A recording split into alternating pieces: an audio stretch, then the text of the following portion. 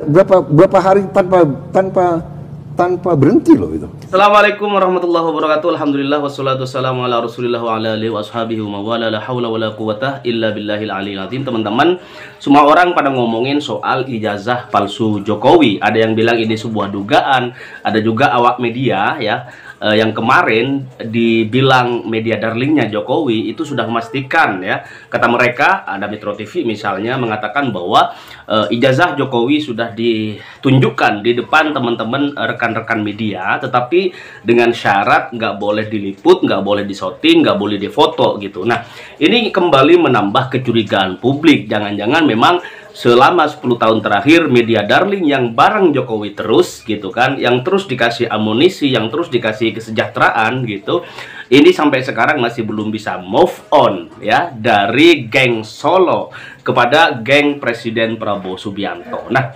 ini satu kecurigaan yang tak perlu kita gubris sebenarnya, tetapi yang paling penting adalah bahwa dugaan ijazah palsu Jokowi ini semakin hari semakin terus dipublikasi, terus dimunculkan di media-media massa, kemudian di pemberitaan secara nasional, bahkan barangkali sudah internasional gitu.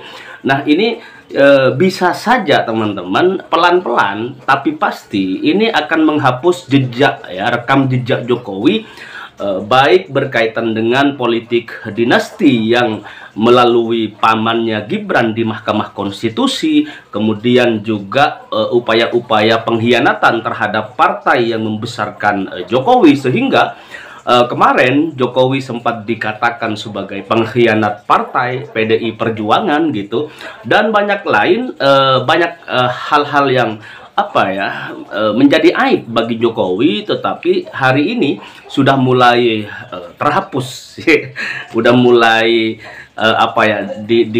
ditenggelamkan oleh kasus besar, yakni dugaan pemalsuan terhadap ijazah di Universitas Gadjah Mada.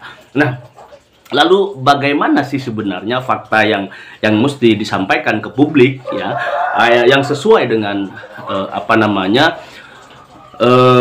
kasus yang hari ini sedang menimpa Jokowi dan keluarganya, tapi tanpa menghilangkan politik dinasti yang pernah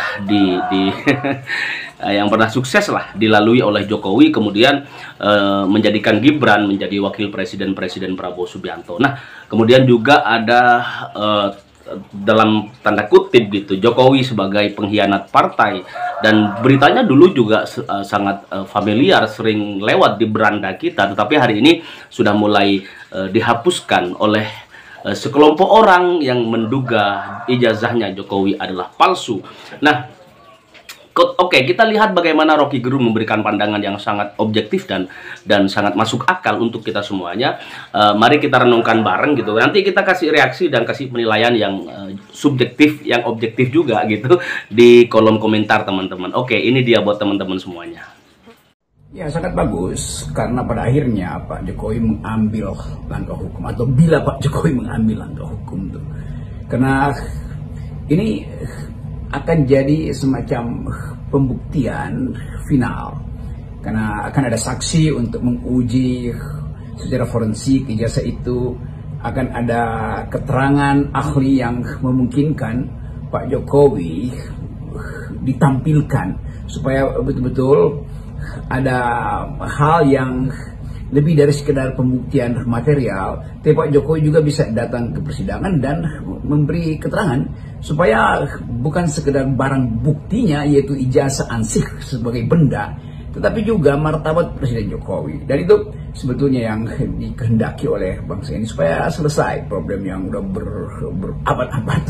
Sebetulnya kita sebut berabad-abad karena seolah-olah ini masalah yang akan diingat terus dalam sejarah negeri ini kalau tidak diselesaikan. Jadi mulailah dengan satu prinsip bahwa praduga tak bersalah itu hanya ada di depan pengadilan. Kalau rakyat menduga bersalah itu wajar aja, karena rakyat menunggu Presiden Jokowi pada waktu dia masih presiden untuk menampilkan ijazahnya. Karena itu hal yang bukan biasa, sangat standar. Mengapa? Karena presiden adalah pemimpin publik. Lain kalau dia sekedar individu biasa, orang nggak akan peduli mau berbohong kayak mau itu urusan moralnya. Tetapi karena beliau adalah pemimpin, maka orang menganggap bahwa dia dipilih untuk jadi pejabat publik, maka tidak boleh ada rahasia ke publik. Itu resiprokasinya begitu, tukar tambahnya begitu, diangkat untuk menduduki jabatan publik, maka konsekuensinya tidak boleh bikin rahasia di depan publik. Kan itu hal yang isi dari res publika, urusan publik itu segitu dasarnya. Lain kalau beliau adalah raja, maka tubuh privatnya harus dilindungi. Tapi tubuh privat Presiden Jokowi tidak terkait dengan ijazahnya. Mengapa?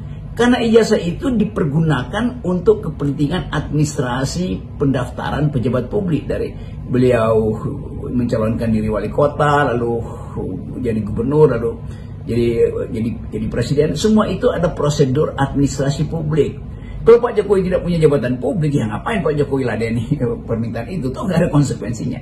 Ini ada konsekuensinya tuh. Tapi dengan alasan bahwa itu udah pernah dibuktikan di KPU, bahkan sampai KPU, maka dirasa sudah cukup. Justru karena ada kecurigaan, ya kembalikan aja kan tuh prosedur 2 menit. Jokowi sekarang sebagai orang biasa mengatakan, ini loh, silakan bawa semua mikroskop dan seluruh peralatan kimia untuk menguji apakah secara forensik ijazah saya palsu apa tidak. Dengan cara itu orang memuliakan kembali Presiden Jokowi bahwa oke, dia tidak berbohong dalam soal ijazah. Nah, soal kebijakan lain lagi. Ini soal yang paling primer yang akan dibicarakan bertahun-tahun ke depan bila tidak diselesaikan.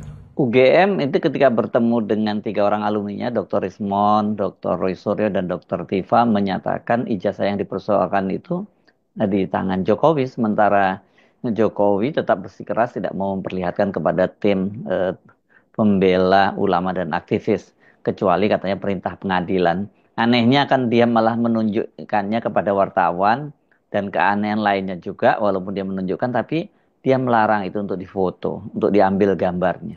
Sudah ada langkah maju, yaitu UGM pada akhirnya menerangkan bahwa ijazah asli tidak dipegang di UGM. Berarti case closed soal UGM itu.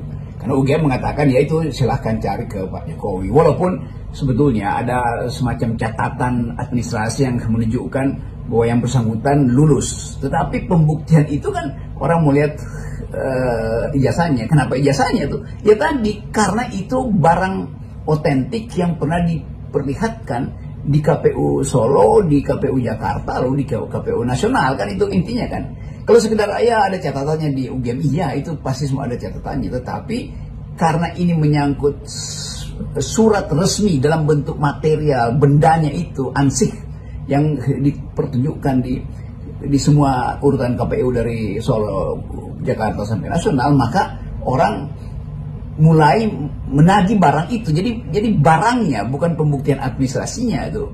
Itu yang membedakan antara keinginan untuk menghasilkan kejujuran dan keinginan untuk memeriksa keaslian. Itu kira-kira itu. Soal kejujuran orang percaya, tapi soal keaslian orang ingin tagih. Sekali lagi karena benda itu pernah diperlihatkan di 3 tahapan KPU. Jadi soal bendanya itu dan mencari benda itu ya tentu saja mesti dilihat fisiknya kan.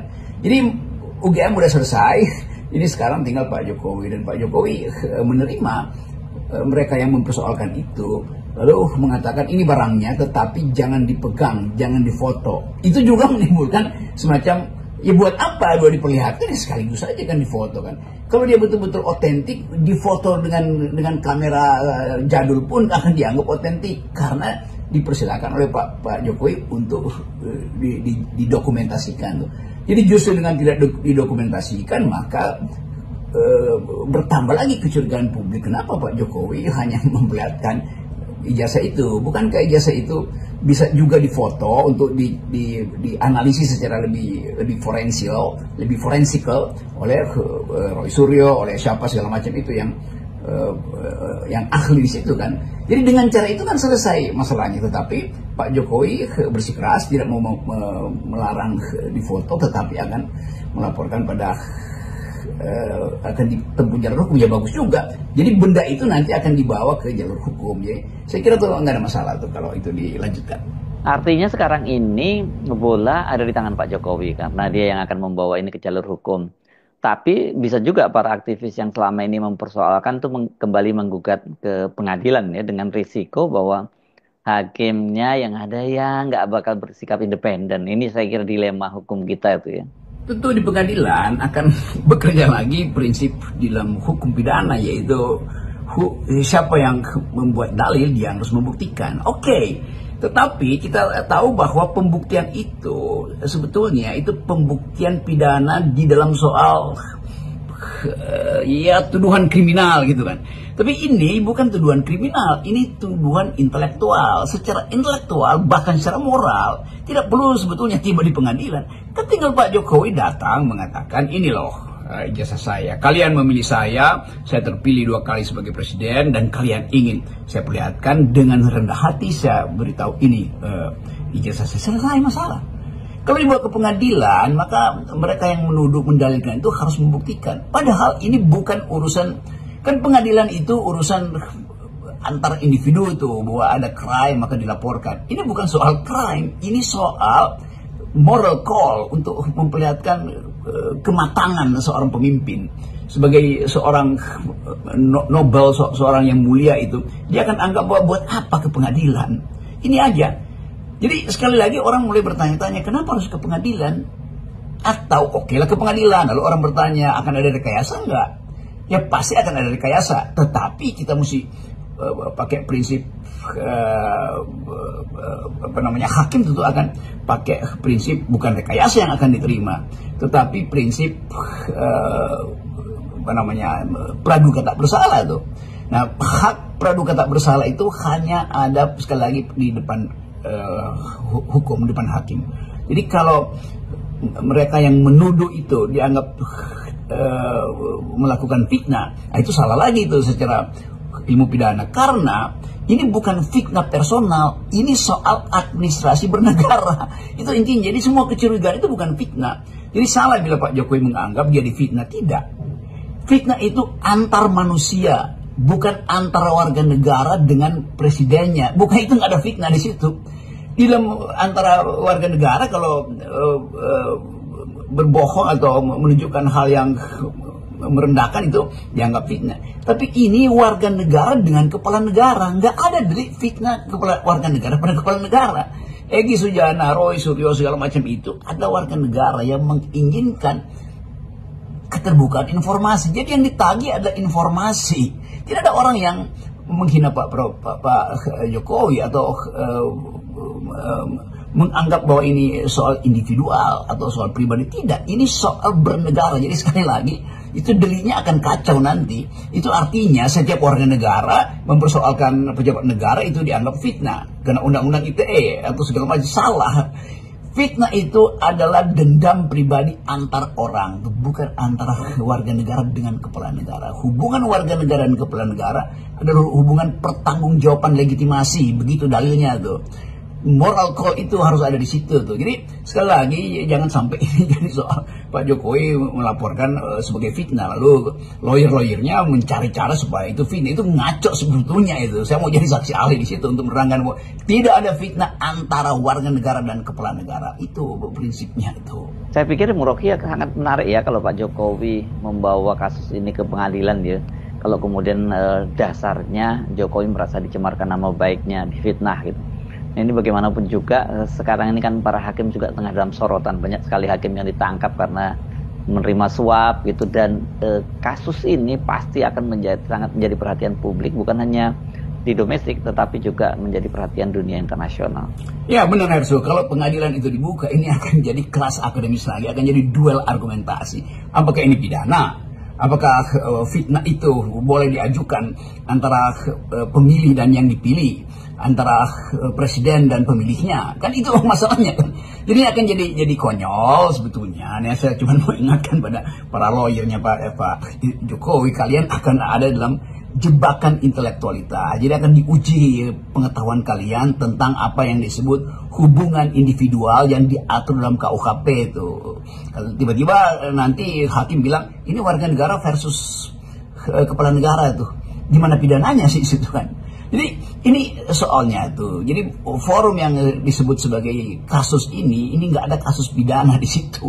Nah itu kasus pidana artinya hubungan subjek dengan subjek. Ini hubungan antara warga negara dan kepala negara warga negara menagih informasi supaya terdapat semacam keteduhan di dalam negara. Jadi kalau dibilang bikin ribut, bikin gaduh, ya kenapa kegaduhan itu muncul? Karena kepercayaan presiden pada warga negara tidak ada. Demikian juga kepercayaan sang warga negara pada presiden makin tidak ada. Nah, supaya itu terjadi saling kepercayaan, maka dibukalah itu dalam persahabatan antara warga negara yang menuntut ijazah itu dan kepala negara yang mengerti bahwa tuntutan itu tuntutan publik, bukan tuntutan personal. Ini bukan soal vendetta. Jadi saya ingin ingatkan supaya kita masuk dalam kondisi akal sehat, bahwa tidak ada dendam di situ. Ini hanyalah urusan legitimasi itu, bukan urusan legalitas. Sekali lagi harus dipastikan bahwa persoalan tentang ijazah Pak Jokowi itu terjadi karena Pak Jokowi memakai ijazah itu untuk kepentingan pemilihan wali kota, gubernur, dan presiden. Jadi ini urusan administrasi publik, itu intinya. Nah, kalau orang mencurigai, maka itu artinya orang merasa bahwa ada satu proses yang mungkin tidak ditempuh secara benar tuh, yaitu KPU, mungkin KPU Solo, KPU Jakarta, atau KPU Nasional hanya melihat fotokopinya. Kan itu juga soal yang mesti diyakinkan supaya ada keyakinan moral bahwa Joko Widodo waktu mendaftar betul-betul tiba dengan kejujuran. Itu soalnya, hanya itu aja kan. Jadi ini sekali lagi jangan dipermasalahkan panjang lebar sehingga timbul kekerasan, timbul rasa benci, timbul rasa tidak percaya. Jadi biarkan persahabatan antara warga negara itu berlangsung antara Jokowi dan warga negara Indonesia yang merasa bahwa Pak Jokowi kenapa menahan ini sehingga timbul kegaduhan. Kan kalau Pak Jokowi ada moral call, ada panggilan moral, dia bilang aja, ini loh silakan kalian pakai, bahkan saya temani kalian untuk menguji itu secara forensik, bahkan secara itu. Nah, itu dari situ nobleness-nya itu muncul lagi. Jadi kita balik pada prinsip bahwa yang ditagi adalah legitimasi, yang ditagi ada jangan sebut kejujuran moral, nanti problem lagi dengan situ.